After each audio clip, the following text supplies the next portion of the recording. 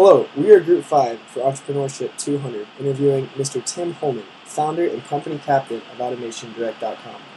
If you could go ahead and proceed with the questions that we supplied for you. First question was, how would you describe your business? Basically, we are an industrial control company supplying control products across the United States and Canada to tens of thousands of customers in basically every industry, from automotive manufacturing, food processing, packaging, material handling, wastewater treatment, mining, military, medical equipment, you name it. If a customer has an electrical mechanical device, we can control it. We buy products from over 20 countries. We develop our own programming software for our programmable logic controllers, which are our core products. We also work closely with the 3 companies that design the hardware for our programmable logic controllers. We opened for business in 1994. We were profitable from our 4th month of operation. We were also the first company in 1999 to go into e-commerce, where we changed our name to AutomationDirect.com. Presently, we're rated as one of the top industrial control companies in the U.S. We sell over 12,000 products. We've been voted number 1 in service in our industry for the last 12 years. We've been also rated as the number 1 medium company to work for in 2012 by the Atlanta Journal-Constitution. And we're number 4 in the U.S. for the best places to work for in 2011 for small size companies. We've also been voted the best online company store. We've also received numerous marketing awards and even made Atlanta's top 10 most healthy companies. Next question was, how did you convince yourself that your idea was an opportunity and not just an idea? Well, I studied Michael Porter, who's probably one of the best marketing minds in the world. He's published numerous books and articles, applied his principles of competitive advantages and competitive strategy. I then developed a comprehensive business plan using the principles, which addressed all aspects of the 4 Ps of marketing, along with developing projected income statements. Afterwards, it was clear that this was a good idea and proceeded accordingly. Next question was, how did you come up with financial projection? I had years of experience working at Texas Instruments in their factory automation division, so I understood the industry pretty well. Also, I had help with close business friends who were entrepreneurs with related experience, and probably most important, I had very conservative parents who only bought things that they could afford, so everything that I did in my business plan was very conservative. Sometimes I'd even divide numbers by 3 just to make sure if we could make it work with that small number that it would be successful, and sure enough it was. How did you fund your business? Was the next question. I knew a company that wanted to sell their industrial control products in the United States. I knew this company very well. They had the money. I had a successful plan.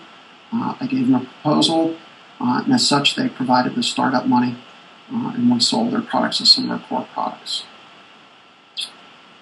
The next question was, if you're starting up a company again, would you do anything differently? Well, probably the most obvious thing is I would learn to listen to others a whole lot faster and a whole lot better. There's a lot of people with good advice, and sometimes when you get excited, you kind of ignore some of the things and make a lot of mistakes. So I've learned to listen a little bit better. How do you track customers? Well, pretty much knew at the beginning that we had to do something totally different. So we used what we called at the time nuclear advertising. We developed a 10-page insert that was glued into the top industrial control magazine. Basically, we bet the farm on this idea. 10 pages was a whole lot of advertising compared to everybody else's single pages. Our value proposition was spelled out very clearly.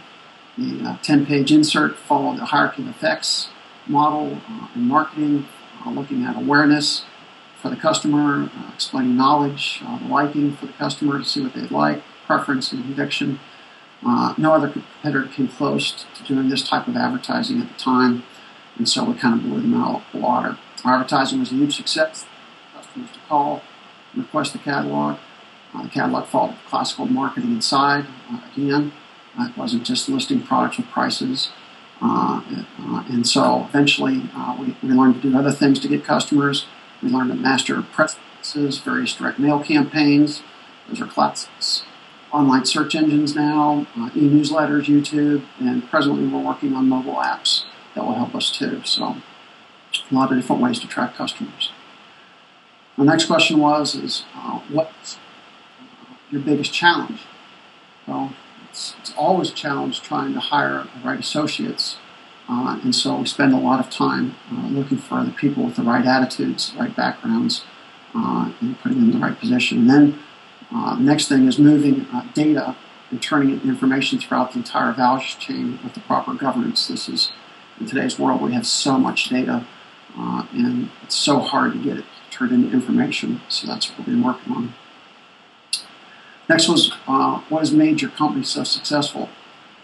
Well, first of all, we focused on building an incredible value chain from the teachings of Michael Porter. We have all of our associates focused on the value chain, serving the four boundaries of our company. We call this customer-driven leadership. The boundaries are our vision, and then our value proposition, which is our promise, and then we have our core values, and then how we make profit. We communicate these items constantly at our company meetings. Everybody attends these. We have teams give presentations on each of these aspects so that everybody in the company can see what people are working on and how it relates to the four boundaries and how it relates to the value chain. And then we reward all of our associates for staying within these boundaries. For instance, 8% of everybody's salary is paid every quarter, and this is based on how well their team serves the customer. And so everybody stays focused on the customer. And then we take 4% of the people's salary paid out every quarter for how well they take care of their team members. There's a lot of inefficiencies when people don't take care of each other for getting the job done. So a computer comes up with a picture of the team members and everybody can score. It's done anonymously. And so part of their salary is tied to that. And then we take 20% of our profits and distribute it to everybody inside the company. That's every person that works here. So everybody's tied to this type of reward and measurement system.